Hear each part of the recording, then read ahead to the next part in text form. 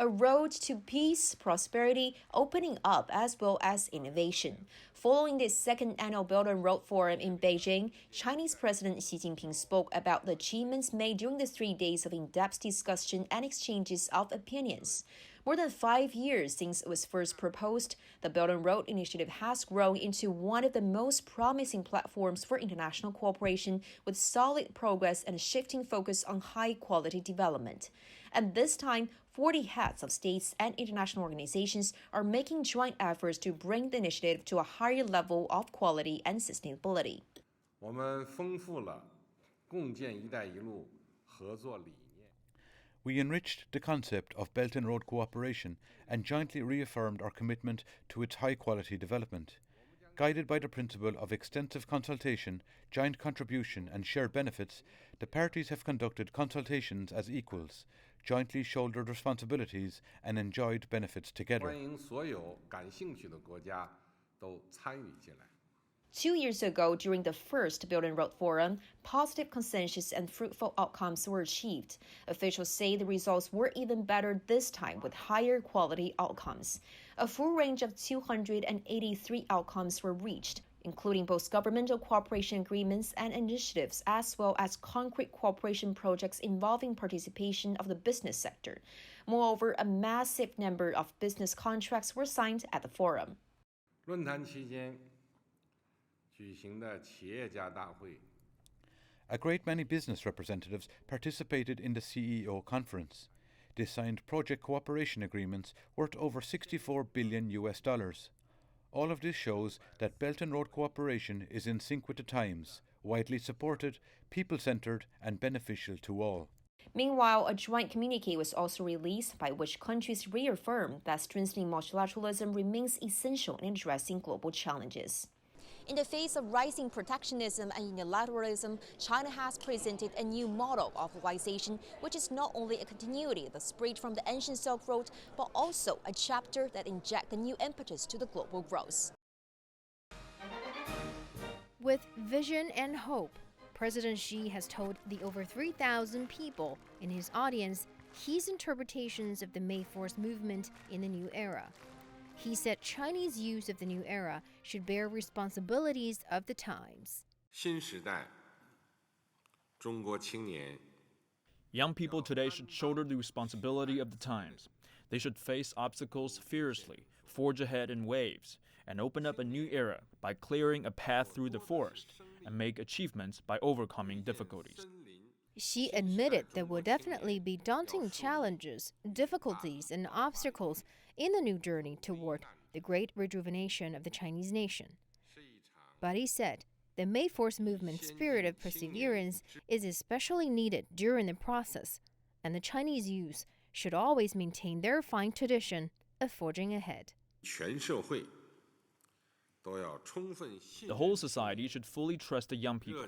We should sincerely care for them and be strict with them. We're going to pay attention to their wishes, support them in starting their own businesses, and help them develop. 帮助其 Xi called on the Communist Party of China to address young people's professional and personal concerns so as to create favorable conditions for their development.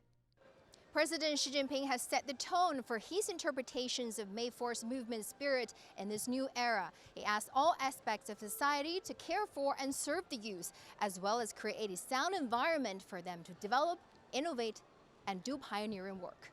2019年，中国北京世界园艺博览会开园。 For Chinese, it's a great opportunity to appreciate the beauty of the global horticultural achievements without going abroad. I'm so excited and happy. It's a great thing for China, and it is the greatest thing for Yanqing. I'm so proud of being a Yanqing resident. I'm thrilled, very happy. I'm from Shenyang. It's so beautiful. Beijing is so beautiful. Under this theme, Live Green, Live Better, around 2,500 cultural activities, including public events and symposiums, will be held by over 60 countries and international organizations. World horticultural icons include George Hargreaves, James Hitchmouth, and Ishihara Kazuyuki, have brought their new naturalistic gardening concepts to the expo. Along with a stunningly beautiful display of flowers, the expo will also introduce state-of-art technologies, AI applications, and 5G mobile network big data. The number of visitors who will enjoy the experience of the biggest horticultural event in history is expected to exceed 16 million. Yuezhezhou is now leading Century Forever, a pharmaceutical company based in southwest China. In the past 1.5 years, Yue has been helping over 90 new biomedical products developed by Sichuan University's West China Hospital reach the market. The hospital is often ranked top in terms of research and development. Century Forever aims to land its technology commercialization arm on the new Science and Technology Innovation Board next year, after their products enter the second phase of clinical trials, a prerequisite for an IPO. Many young technology firms can hardly accumulate profit, but they have great growth potential. Technology innovation needs research and development, which requires lots of money. The new board can certainly help these high-tech firms. Despite China's existing Ming boards, the Science and Technology Innovation Board does not only accept profitable companies. One clinical breakthrough plus a market cap of at least $4 billion is enough for a pharma company to apply. Companies like Century Forever spend tens of millions of dollars every quarter for just one new drug. Once the drug successfully hits the market, it can easily bring back billions. But due to the nature of biomedicine, it could take up to over 10 years for clinical trials before any of them can be put up for sale. A steady stream of financial support is, therefore, essential. Biomedicine has a relatively longer investment cycle, high risks and high yields. Private capital primarily focuses on quick returns, which can hardly support the full cycle for biomedicine's development. Investment need to follow necessary capital market regulations before they can be injected into pharma firms. That's where the Science and Technology Innovation Board can play an important role, especially for biomedicine startups.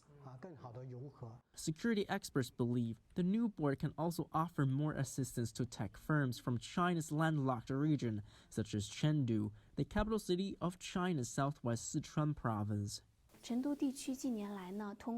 Chengdu has been rolling out preferential policies to attract talented people and tech firms in recent years. There's a lot of room for future development, but in short term, these firms are still relatively weak in marketing their products compared to companies from the coastal area. With help from the capital market, an IPO on the Science and Technology Innovation Board could accelerate growth. Under the Belt and Road Initiative, Ruili, a city in southwest China's Yunnan province bordering Myanmar, has become a hub of crab trading. The city established an aquatic product trading market with one-stop services, promoting import and export trade of crabs from the Indian Ocean. So the crabs from the Indian Ocean via Myanmar quickly become the new delicacy for local residents and tourists in Ruili. The crab meat is more delicate than that in our hometown, and it's very tender with soft shells. Wang Jianhua is a pioneer in the import and export trade of aquatic products in Ruili and provides customs declaration, inspection and clearance services for crab merchants. Our seafood is alive and it requires timeliness. When declaring at the customs, the merchants don't know what to do because they don't understand this. I have the inspector qualification certificate and I can help them with customs declaration, inspection, clearance and so forth. Time is of great importance for fresh aquatic produce, and it is the lifeline for the enterprise. Every day, around 8:30, trucks full of crabs from the Indian Ocean arrive at the Wanding Aquatic Product Market from Myanmar. This is the first stop for the crabs after they enter China. It is the largest distribution center for the crabs. Over 30 tons of crabs are sent from the port to all over China, and during the peak season, the amount reaches 50 to 80 tons per day.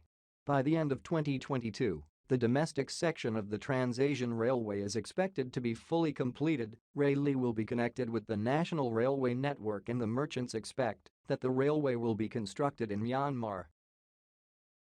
After the Belt and Road Initiative was proposed, a community of shared future with the connectivity of policy, infrastructure, trade, finance and people is demonstrated in the border city Rayli. Many entrepreneurs such as Wang have been afforded a broader platform to do business. As the Belt and Road Initiative continues to develop, Chinese people can taste the delicacies of more seafood from the Indian Ocean. And industries can benefit more people living in the countries along the Belt and Road.